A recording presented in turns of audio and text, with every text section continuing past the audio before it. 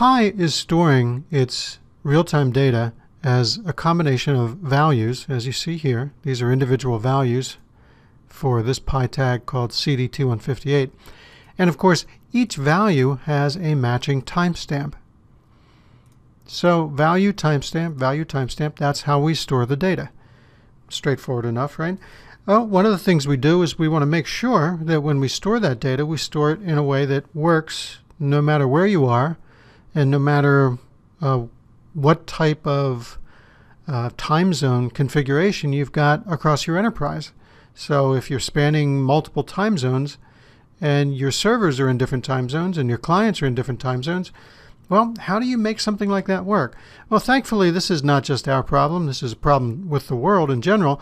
There needs to be some kind of, let's call it a universal coordinated time. And in fact, that's what it's called. The UTC, UTC, by the way, because that's how it's written in French, but the universal coordinated time, as we call it in English, is what we used to call Greenwich Standard Time or Greenwich Mean Time.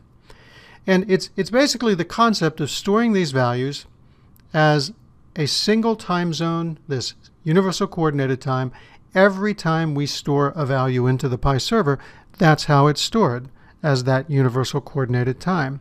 So any types of adjustments that need to be made to that, such as if you're viewing it in a different time zone, those are going to be made locally, and there's mechanisms to do that, so long as we have a common way we're going to store this. So it doesn't matter what time zone your computer's in, the Pi server is always going to store this as this universal coordinated time. Now this does mean, for example, when you have daylight saving time in your part of the world, if you do use that, in which you have one day of the year in which there's a 23-hour day legally, and another day in the year in which there's a 25-hour day legally because you skip forward or backward in time, well, Pi doesn't observe that internally. Now, we do observe it from the point of view of the user, but internally we don't. We store everything as 24-hour days. Now, and the issue of time zone is going to come up when it comes to reconverting data to display at your local time. So it's very important when setting up these Pi servers and setting up interfaces that on those computers we set those computers up with the proper time zone setting and with the proper, the proper time and whatever the rules are for daylight saving time in your part of the world. Now, one other point I should make, let me bring up a copy of Process Book here. The clients can be configured such that they can display either the server time or the client time. So as you can see, that's a choice that you can make on the client side, and that's one of the things that we do support by means of having local conversions. We store everything the same way, and then we convert it locally. So that's an option, and that's why this gets complicated, because you do have servers and clients that span time zones. And one more point, interfaces that are collecting data locally are almost in all instances going to send that data to the server using that universal coordinated time. They generally do that conversion locally and then send it to the server with the timestamps already converted. So all of these kind of changes that we see because of daylight savings time, all of these changes in time are handled properly when all of the computers in your system observe the same rules. Now this is where we bring into the conversation a file called localhost.tz. This file is located in your pi/dat directory. Here's an example of it right here.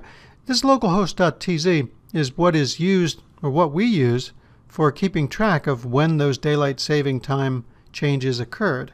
And you can inspect that localhost.tz by using a utility in the command prompt within the pi/admin directory. Now the utility is called pidiag. It does a lot of other things besides this, but with the -tz switch, what we're doing is we're dumping out the time zone file, and I want to see a brief presentation of this. What this is doing is showing me exactly, to the second, exactly when the time changes, the daylight saving time changes, occurred on this particular computer, or I shouldn't say occurred, but are observed on this computer. And so what do we mean by that? Well, as you can see here, this is something that's stretching back all the way to the beginning of pi time, which is 1970. It stretches all the way into the future, 2037. That's when we're going to have to switch to a different accounting method for time, us and most of the rest of the world.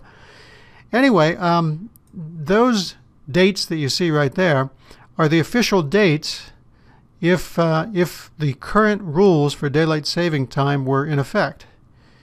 And you may notice, if you're a fan of history and DST, daylight saving time, this is interesting because it's showing me the current U.S. settings, which is to spring forward in March and to fall backward in November. It's showing me going backward in time as though those were the settings while this server was running. In fact, this is not the correct settings if you're taking a look at what historically happened in the U.S. In the U.S., we made a change in our law back in 2007 where we pushed everything forward. I think we pushed went into DST a month earlier, came out a month later. So traditionally, we'd gone in around April and come out in October. Well, this TZ file is showing us the algorithm as it currently exists. Does this really make any difference to an existing user? It actually does, because this current time zone file, the way it's set up right now, and this is a brand new install, remember, this time zone file is going to set it up so that if someone were to look at data from, say, 2005, they may actually see the wrong timestamp, because at that time, according to our TZ file here, we were in DST, but in fact we may not have been in DST at that point.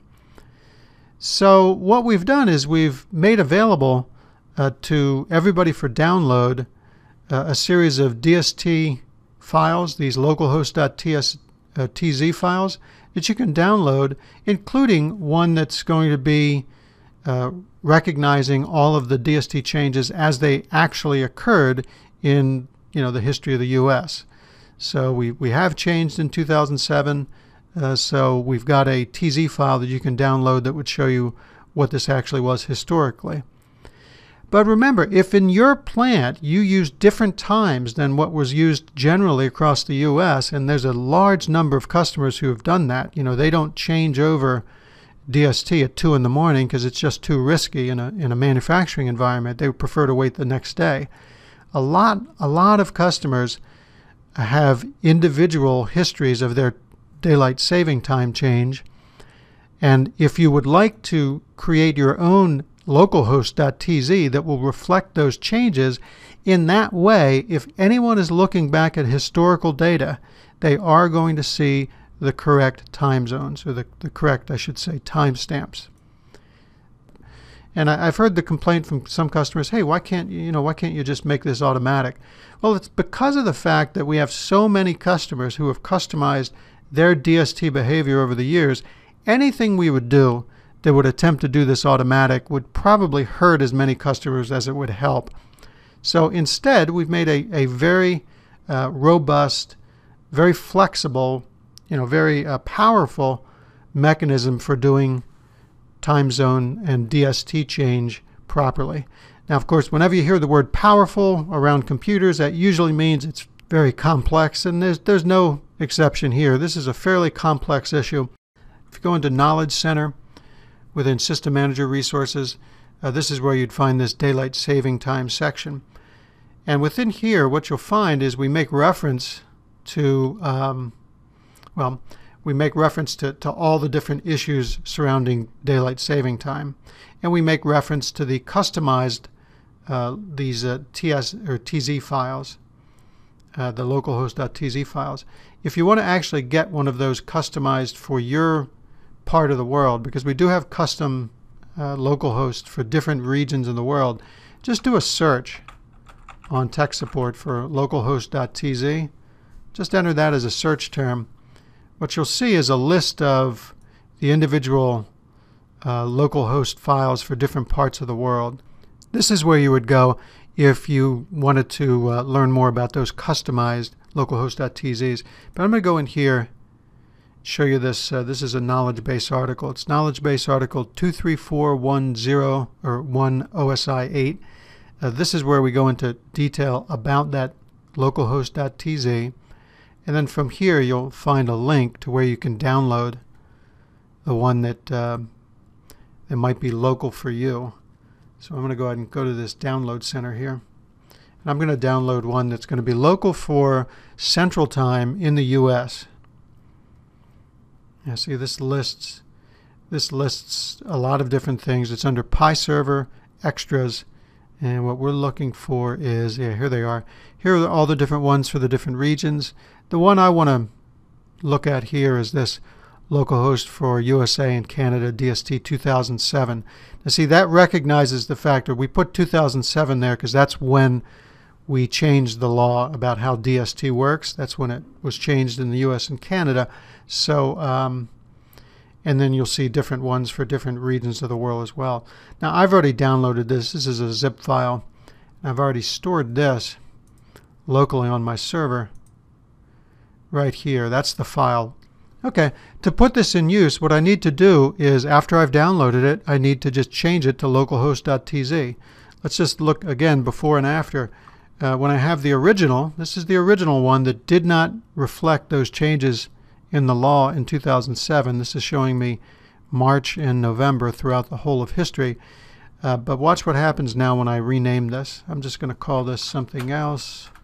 Let's call this localhost old, and I'll call this localhost.tz. Now after you do that, you'll have to stop and restart Pi. And now that I've renamed that, I'll go ahead and run this same utility. I just press the up arrow key. And what you'll see now is this localhost.tz is informing the Pi system that the daylight saving time change in 2006 was 29th of October, but in 2007 it was 4th of November. Now again, you can create your own special one because chances are you're not using 2 a.m. as that time change, or you may or may not, depending on how you do things in your local enterprise. So if you've changed that so that you do this at noon on the following day, then you can go in and customize your own localhost.tz so that when people are looking at the data historically, they will, in Pi, they will see precisely the right timestamps.